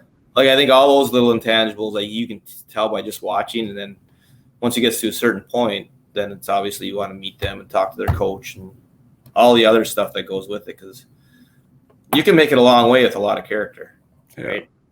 And if you don't have it, it can derail you pretty quick. Yeah, man, great points. I mean, Stacey Roos, again, you almost echoed what he said. Assistant GM there for Tampa Bay Lightning, and was director of player development for a while with the Lightning. And he said, when he was watching players, like, of course you're watching what they do with the puck, but a lot of times when the eyes are on what's happening when he doesn't have the puck, meaning like body language, meaning interaction with teammates, meaning like what happens when it's all on the line and maybe this thing doesn't go his way, right? Like, 100%. And that's the thing, I think the 17, 18-year-old, 16, whatever, 23-year-olds, like that's not something that is usually on the radar of most athletes, right? Like, you're on auto response react mode just because that's the way that you've always been you haven't really dissected yourself that way. And I think, gosh, like, because it is a choice. I mean, you can actually make a difference and make a different choice in that moment that's going to be favorable for you. But usually we're not, the general athlete just isn't there, on a personal development standpoint. But my gosh, I mean, you can do yourself a lot of favors. And that's why I get fired up doing what I do, because when these guys start getting the lights turned on and be like, oh yeah, I can become a better teammate. Like, there's ways to be a good teammate. Yeah. For sure. You know what I mean? And if I want to follow through on that, I can actually improve that intangible and make myself more desirable. You can have a huge impact on a game, whether you're playing great or you're the best player or not. Like just by how you treat your teammates, how you interact. Are you inclusive? Are you all these things that make your teammate feel like teammates? Or are you a guy that's doing the opposite of that? Make you feel isolated and bring like downer every day, or like, I mean, that's just how you carry yourself a lot of times. And I think that's a huge part of all team building and being in a team, right? Yeah. So no, for sure. I had one client once. I think it's such a perfect story because there is an opportunity in every situation. And like a guy like Stacey Rooster, a guy like yourself that's now evaluating a player, like this kind of stuff is noticed. And the story goes that it was overtime. He was a defenseman. And this coach, for whatever reason, decided that it's 5-minute overtime. He never got a shift in overtime, right? Yeah. Thought he was having a good game, the player. Obviously, the opportunity that the player wanted was to be on the ice to help his team score the goal or whatever, right? Like that's what he wanted. That's what his focus was. This is the opportunity he thought was there, and that was taken away from him. And because it was taken away from him, guess what he did? Right? He kind of moped on the bench, and he wasn't really congratulating his teammates. He stormed out of the dressing room, didn't talk to the coach, like had a shitty week of practice, and was then now stuck in a slump. Coach doesn't like me. How come I can't get on the ice? Like, so that was his narrative. That was his story, right, for what happened in overtime. Right. Whereas I was like, well, what if that was the opportunity for you to be a great teammate? Right. Like, what if that was the opportunity that was there? Like, even when things aren't going great for you, that you're going to be there for your teammate, for your boys to make sure that they're up. And maybe that was an opportunity for you to work on your communication skills and talk to your coach about, hey, what he saw that game that didn't think that you should be on the ice. And then all of a sudden the light switch goes on. It's like, holy, yeah. It's like, I mean, being able to see opportunities when generally maybe they're not the ones you want to see, but they're still there, right? They're still there, and they're still going to support you, and they're still going to help you. That's a skill, I think, and it's one that can be taught. Absolutely, it's a hard one to teach because you got to catch them in the moment a lot of times, right? Yeah. And if you're not there in the moment, you can't teach it. But when you see it, you got to bring it out. And I think it's in. Like, what if the coach would have said that and he was positive? Like, the next time, like, he's going to be thinking, oh, I do got to play him. Just think of he's in. He's 100% in. He's a team guy. He's like, blah, blah, blah. You got all these positive connotations with you and your coach. Like, for sure. Just want you to succeed, for sure. I love the follow-up, and that's getting back to what we were talking about earlier with the ability to self-assess and be I mean, if you can turn up your self-awareness dial, it's like in the moment you're not caught in it. Like you can separate yourself for a second there and like be able to like digest how can I act right now that's going to like serve me and serve this team, like big plus. The other thing is like afterwards, then like, what did I learn from that scenario? Like, what did I learn from that moment? And to have somebody ask the right questions. And I know as a head coach, like you can't have that conversation 20 times every game. But but it's like, how do you incorporate that into the culture so like they are kind of asking that question, and what can they learn? Because I would assume at your level, that's a big part of it too, is creating that culture of getting better, of team, of how we support each other, and what does a high performance culture look like? Yeah, absolutely. It's we talk about it a lot, but like I think it's really hard to put a finger on it unless you're around it, and you kind of guide it in the right direction, maybe, because there's a lot of ways to be positive or competitive, and a lot of it depends on the group and how many are in that group, and can you kind of like focus more on those guys and like promote those guys because they're doing the right things, and then like maybe the other ones kind of go, oh, that's how it's done, let's do it that way, right? Mm-hmm. But that's hard. That is a hard thing. Like team dynamic is a hard thing, and trying to get it in the right direction. And I think what happens, well, we've kind of luckily here in Duluth, we've got a good culture, and that's why they've won some championships recently, is you got guys here that are pretty good character, and they learn from the older guys, right? And this is how we do it. This is just how we do it here, and they've carried that over. And as long as you don't add too many bad elements, I think you can probably even add one or two elements that are shady, because there's no place for them to grow and get better if the rest of the group's strong. And at some point they kind of fall in line too. And then I think most people, once they get in line, go like, wow, this really works. And this is like, because winning's fun. Like being positive and being a good teammate is fun when you realize like, I'm still scoring 30 goals and like we're having this much fun and I don't have to do it by myself. Like that's more fun. Yeah. Like it's just, I think getting over that hurdle sometimes of like, we get promoted, like I need to score, I need to do this, I need to do that, I need to, like a lot of times think you need to do it by yourself. But when you can find that culture where everybody's kind of pulling on a chain, like you still get all that stuff, but now you're winning, and it's just life's way more fun when you're winning. When you're on a team. Amen. I mean, because the game, well, at the professional level, and you had way more experience in the NHL than me, and you already mentioned like it's a pressure cooker. Like it gets like that even like earlier now, like where it's all like it's so. I don't know what the right word is. It's not necessarily like pro, but it's like it's just really serious, and like the fun, which is why we put the skates on in the first place. Like that needs to be central, or else you're not going to be good at what you do. I learned a great lesson when I was at Duluth because I also played baseball, but baseball was Division II, and going from like everybody's great teammates, but it's almost like a bunch of sharks in a room in Division I hockey, right? Like you're cheering for each other, you're pulling for each other, but at the same time, you all want to play and you all want to be the best. It's just a bunch of type A's, like, right? That's just how it is. And that's what also makes it great, is because every day you got to be on, right? Then I would go play baseball where they're not going to the Major League Baseball. They're there to go to school, have a great time with the guys and play some baseball. And it was such a different culture of just like, I go on our bench where I love that environment. Like it's high pressure, it's whatever. But then go to the baseball culture where like we're just hugging each other, just having a great time. Like it's not like you can't do that. Like, don't talk like that and don't screw around. Like, like that's kind of how it gets sometimes. Like you got to be serious all the time. And it was pretty cool to see like, and we had good baseball team, right? So I mean, like, it's good to kind of see like you can do a little bit of both, mix those things together, and still be productive and happy. But yeah, I talked to that because now coaching at Duluth and talking to some of the young guys that have gone through it. Like I remember that. Like you've probably gone through that too. Like the worst feeling is being that kind of bubble guy, and you're coming back from warm-ups, right? And you're going back to the stick rack, and you're just looking for that coach. You're like, oh, am I in? Am I out? Am I in? Am I out? Right? Like that's probably the worst feeling. Probably the thing I hate the most, or like don't miss the most from pro hockey, is like that in and out of the lineup and just waiting to see if the coach is there to tell you you had a good warm up, but you're out of the lineup tonight. Right.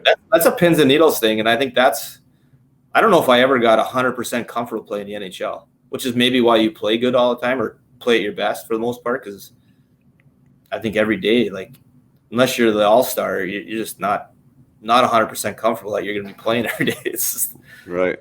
It's an intense environment. That is an intense. Dean McCammond, I was on the ice with him the other day. 996 games, I think, in the NHL, and he was playing with him in Philly too. What a good dude. Okay. Or maybe it was Chicago. I don't remember now, but what a good dude. Yeah, great guy, great player, and he was running this. It was a bunch of prospects, essentially. Like prospects. A lot of guys had been drafted or want to get drafted, and they. But it's like it's a group. It was a group that was like that wasn't necessarily competitive with each other, and it was just a summer skate, right? To get these guys out. And he was having fun drills, and like the guys were working hard and doing their own thing, but like there wasn't any chirping, there wasn't any laughing, there wasn't any like really any smiles, right? And so he brought them all in, and he's like, "What's going on here?" He's like, I played 996 games, and 991 of them weren't that fun because I was so stressed out. He's like, "It gets serious." That's it. He's like, it gets serious. If you can't have fun right now in July, he's like, come on, boys. Like, sure. and that I was like, God, that's so true. Like it's boy, learn to have fun with that. That's one thing that I talk with my players about too, is like that passion. I think it's where your head goes, right? Like what do you enjoy on the ice? Like really be intentional about that. Like, why do you skate? What do you play? Do you like the boys? Do you like chirping? Do you like having fun? Do you like laughing? Like, do you like scoring goals? Like, what is that? And like, do it.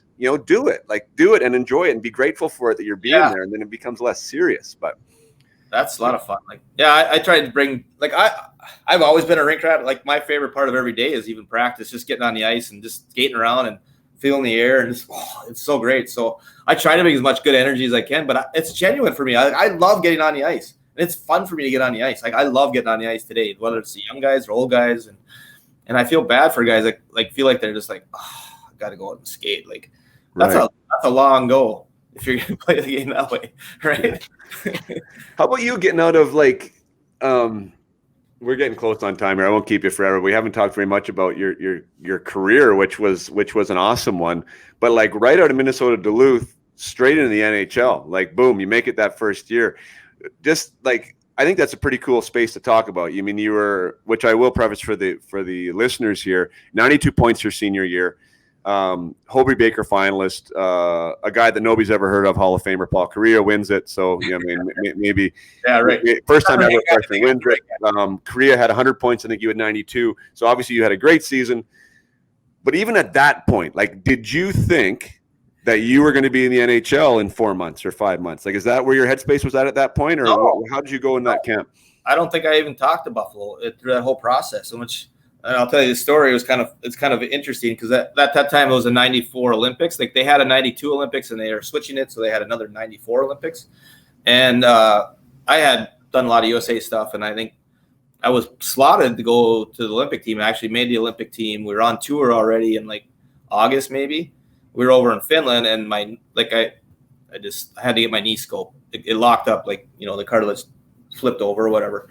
So I get on a bus, a train, a plane, all the way back to Minnesota all by myself from Finland to get a surgery and get it scoped. And that was the first time that Buffalo really called, well, why don't you just come out for a training camp and we can check on your knee and whatnot, right? Like, I hadn't heard from anybody. And at that point, I didn't have a contract. So when I got there, I went there literally with a little bag with my skates and 3 or 4 pairs of shorts. And I skated with some of the scouts because I couldn't skate with the team because I didn't have a contract. So, and Larry Carriere is a big name, right? I think he's assistant GM in Montreal. He was one of the head scouts there at that time, and a former player. So was him, and I don't know, a couple other scouts. I had to skate with them just to get a skate in, right? And they're like, "Wow, you're like really fast. Where did you play last year?" I'm like, what? I don't know. I'm not like overly cocky guy, but I'm like, it's not like college was like, maybe college wasn't the most premium thing in their eyes, but it wasn't like college wasn't around. I just think it's so ridiculous after doing player development. They're like, where'd you play? I'm like, I played at Duluth. I had a pretty good year, like we made the NCAA tournament and I was up for the Hobie Baker, right? I just thought that was odd. I didn't say that to him, but in my mind, I'm like, wow, okay. Whatever. And then that day or the next day, like Muckler came to me. He's like, what do you want? You want to sign and come with us on a trip to out to San Jose for like exhibition game? I'm like, sure. Why wouldn't I? He says, well, I'll talk to your agent. We'll get it worked out. So just make sure you go get some clothes and be ready for the plane tomorrow. I'm like, so that's like how fast it happened. Well, I was supposed to be at the Olympic team, and then 2 days later, I'm skating with the scouts who didn't even know who I was. And then a day later, like, he asked me if I wanted to signed a contract, and I was on the plane, and the rest is history. So I never went home again with my little bag. So I had to buy a bunch of clothes and get kind of organized, and then it went fairly well that first part, and scored a few goals. And so you actually missed training camp then, like you jumped in for like just the exhibition season kind of. Yeah, pretty much. Like, yeah, then we kind of I skated with a little bit for a couple days and maybe the team for a day, and then we were on the plane and off we were out to San Jose. Played in the Cow Palace and played and scored a couple goals in Vancouver in the second game, and I'm like, oh, all right, this is all right. And then, I guess I made the team, and that was it. So when you signed, yeah. So when you signed, it wasn't like you signed a one way or like you knew you were on the team. It was more like you signed to see, or what? I had a little bit of leverage because I was actually still kind of with the Olympic team, and the Olympics is that winter. So I had in my contract that I could have went to the Olympic team on my choice, and I got a one-way contract after playing 10 games. So like I played right away, because someone got hurt right away, and I played the 10 games right away. So luckily, like at that point, I was on a one-way. I'm like, I didn't even know what all that stuff meant really at that time because I never really paid attention to that stuff, but it was good enough for me. And then the big decision at the winter at the Olympics was, should I go with the Olympic team? And I really wanted to, but the owner and the Muckler had come to me and said, "No, we need you to stay," and whatever. So I missed the Olympics. It was kind of a bummer looking back at that because I would have missed like 4 or 5 games. Wouldn't have been that big a deal, right? Playing the Olympics and all that, but at that time it was all the amateurs, right? It wasn't how they have it now with the NHL guys. So that's super cool. And what an amazing rookie year too. Like, I looked it up. You did get a Calder vote. You got one third place vote. You had 21 goals and 56 points. Like, super impressive. It was also a good Calder year though. Martin Brodeur won it, and there was some other like Yashin was a rookie that year, and Renberg Jason Arnott was a good player that year. So there's some stiff competition, but great. Well, geez, like I'm just it makes me smile just even looking at that, like, coming out and not much expectation for you personally even, and then all of a sudden you're on the NHL stage and you're performing, and I mean, welcome to the show, right? And you didn't play a game in the minors till like 2000. Like that was nuts. So it was a good run. You don't know, like, so college worked perfect for me, right?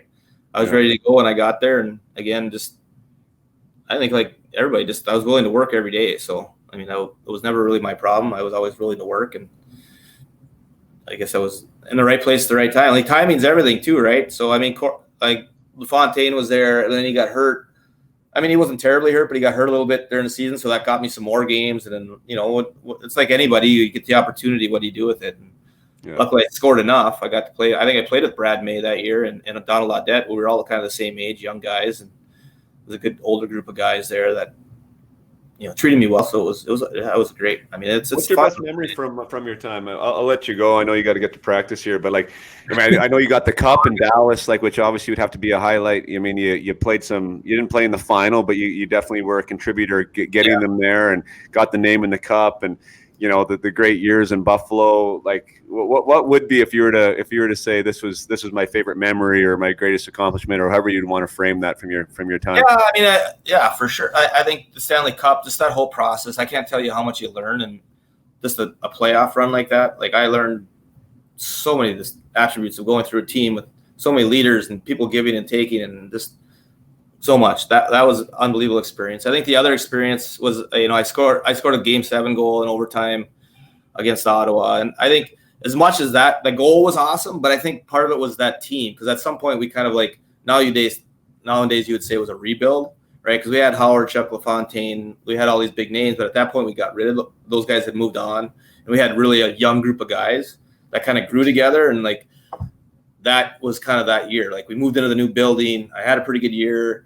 We ended up winning the first round of the playoffs, and then scoring a goal in Game 7 the first round. Then we got smoked by Philly the next round. But then the next year we got all the way to the conference final, lost to Washington to go to the Stanley Cup, and then a year later would have been the year that I got traded right at the deadline to Dallas, and then we ended up beating Buffalo in the Stanley Cup final. So like that group of guys, we did a lot of growing in those 4 or 5 years. So that was really fun to be part of that group of guys, which also made that Stanley Cup kind of weird, right? Because I'm sitting there playing against all the guys that we really grew a lot in those 4 years to get to that Stanley Cup, and then be on I guess I was on the right side of it, but also looking over, going, this is really weird. As much as I was happy to be on the right side of it. Sure. Yeah, Danny Briere spoke like, he's almost 1,000 game NHLer too, I think, and like he loved that team in Buffalo. Yeah, there's a bunch of great guys. Loved it. I was looking just the way that, like, you guys grew together, like you said, like, like what you had to go through and how to get there, and he just said it was just a real special group. Yeah, it was fun. Curtis Brown was on that team. I know you played with him before. Just a fun guy, like just a bunch of young guys that were kind of trying to fight their way into the league, and we were never supposed to win anything. It didn't hurt that we had Dominik Hasek, so he always gave us a chance, right? Like, because we weren't like a great scoring team, but we worked our butts off, and we had Dom to kind of cover up all our mistakes. So how good was he? I can't even tell you how great he was. Like, he's not even good. Like, he's great. I think when I first got there, he was our backup to Grant Fuhr, because Grant Fuhr is a Hall of Famer, so just automatically he's kind of our backup. But in practice, like I didn't really know, because I didn't know who they were, and I didn't know who Dom was yet. But in practice, everybody's just like, you should see Dom. Like, he's unbelievable, right? Like, talking about our backup, and I'm like, okay. I mean, I'm talking about Grant Fuhr. This is Grant Fuhr. Gretzky said would be the one guy. If you ever picked a guy, it would be the guy. Like, this is pretty cool. But the first, like, then Furzy got hurt, and Dom came in and played. And I literally think that we sat on the bench for the first month going, like, you couldn't believe how good he was. He was unbelievable. He made so many unbelievable, crazy saves, stuff you'd never seen. He was intense too, though. But like, I had just never seen like it.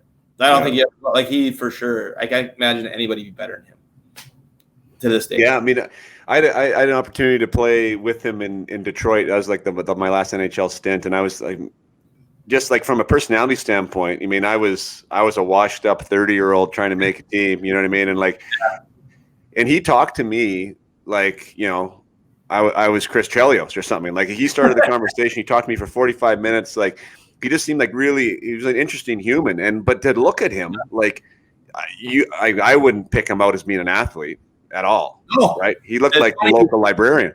It's funny you say that because I was just talking to somebody the other day because my kids have kind of got into tennis and I like tennis. We didn't have tennis, but I played a lot of tennis at that time, like when I was kind of growing up and on fun, like cross training, I guess.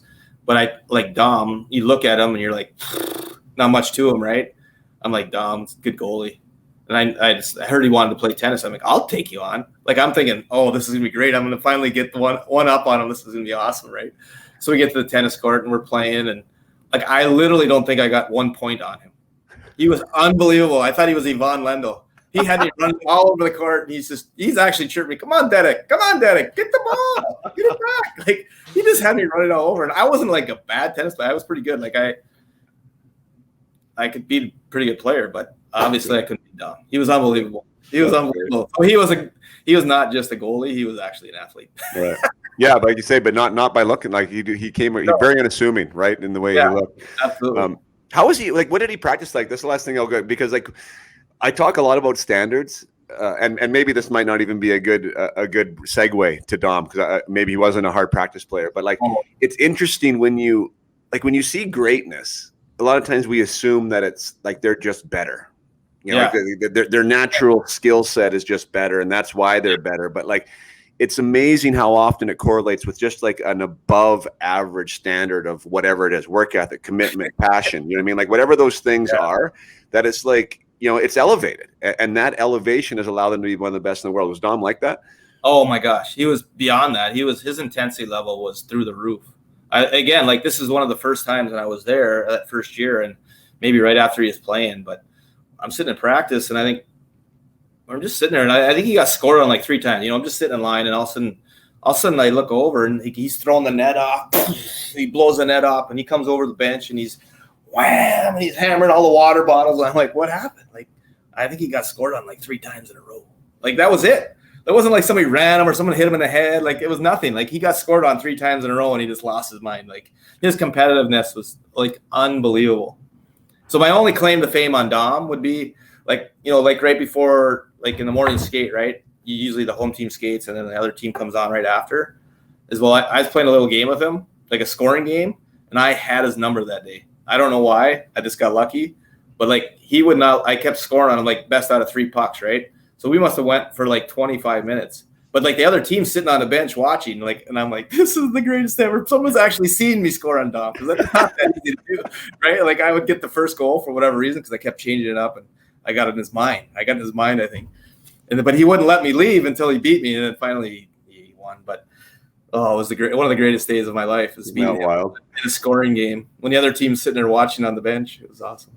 Curtis Joseph wanted me to do that when I was in Toronto with him all the time. I've told this story a few times. Like he'd give me 3 pucks on the hash marks, and it wasn't like a deking game, but I had to shoot. And I could take slappers if I wanted to, and he'd stand on the goal line. Yeah. That's how Dom was. Absolutely. Yeah. Same. And I considered myself a pretty good shooter. You know what I mean? Like, and like I would rarely ever win. Like rarely. No. It was amazing how quick he was too. Like, God, that frustrated me. But you know what? I just want to, because of competitive nature. I want to. It's one of those like competitiveness. Rick Vive on this podcast said, you know, I'll take a competitive player over a skill player any day, right? Because he's like, but all you want to do is you want to round the edges, smooth the edges. He said in the competitiveness, right? Like you don't want to take it out of them. But like that display, like you just said, like Dom slashing his stick and the water bottles and pushing the net over, like that could be viewed by some people as like selfish. Yeah, I guess so. I mean, I think that's a great point you bring up. I think there has to be a little bit of selfishness to everybody's game to get where they need to go. It's just whether they can at some point adapt to like play with teammates and be a good teammate at the same time. Like you think about a real good goal scorer, like a legit goal scorer, like you got to be a little bit selfish to score goals because sometimes you're taking the shot when maybe you should be passing. Like, quite honestly, right? Like, there's got to be some selfishness in there to put yourself in a position to get better and get better and get better. And you just got to be able to manage that. But I think that's a fair statement. Yeah. Sure. Yeah, and also the ability to recover after that. I mean, so what does Dom do after that? Does he get back in the net? I mean, is he, you know, because like I think that whole scenario too, I mean, it could be a downward spiral that's not productive for anybody, or it could just be his way to release, let everyone know and get back in there. But And I think, I dealt with some of that when I was a young kid. I think my mom used to carry around a paper bag because I would hyperventilate often enough because I would just get so fired up. And I didn't learn how to handle it until I probably got maybe to college, right? Like I think every coach should ask my dad is he okay? Like I would but I was always towards myself. Like I wasn't like a guy that lashed out on my teammates that way, right? Like I'd hit myself on the head and I'd be like punching the boards and I was just like, whatever, like when I'd make a bad pass. But so I think a lot of that fire, like if you can find a kid with that fire, like I've been on benches where like the kid's crying, right? And the other coach are like, you gotta get him to stop crying. I'm like, no, let's figure out why he's crying. Like if he's crying because he's mad and he wants to do better, then like let's pat him on the back for crying, right? Like I don't think you can get enough competitive fire in guys to like that really pushes them. And at some point, we hope that we can learn how to manage some of those emotions. Yes, right? Yes, I love you saying that. Use it, right? Find a way to use it. Yeah, use that fire, but use it the right way. Don't use it at your teammates. Use it to make yourself better and do a better job. Exactly. Oh my gosh, that's like so perfect because that's the whole thing is like I said about that. Is it serving you, right? Like there's a way to use that emotion and that fire to serve you, or you can like dismantle everyone around you and yourself, so. I think the passion, the competitiveness is a great place to start. And then like teaching and trying to help people navigate how to use that is obviously a big advantage to them. And if you're in a coaching situation, it's an advantage to your team too, right? Yeah, for sure. Awesome, buddy. So great to catch up. I got your number now. We will be in touch. I got to run to practice here myself, so I got to go. But my gosh, listen to this. 90 minutes and like we talked about one season in your NHL career essentially, but so much to chat about, right? Yeah. Thanks for having me on, man. It's good to Hey, man, best of luck this year, and I will be in touch because we'll continue this conversation. I'm glad Heels got us in contact, and I'd like to know more about what you're doing there and everything else at the Minnesota Duluth. So that'd be great. Perfect. All right, Planter. Cheers. Take care. Ciao. Yeah. Thank you so much for listening, for sticking around to the end, you faithful audience members. I love the ones who stick around forever because that's where the good stuff is. And you get to hear my outros all the time. Thank you to Derek for being a part of this. It happened really quick. Like I said in the interview, Eric Healy hooked us up. Bam, it happened. I love when things happen quickly. It makes my life a lot less painful and chasing down people. And Derek was just a pleasure to talk to, and so many great perspectives and stories there. So thanks again for being here. Thanks again for getting the momentum rolling. I will be back. I will be bringing more interviews to you. Keep me on your radar. The Up My Hockey radar is happening. This season is going to be phenomenal, and I'm here to support you and your athlete. So till next time, play hard.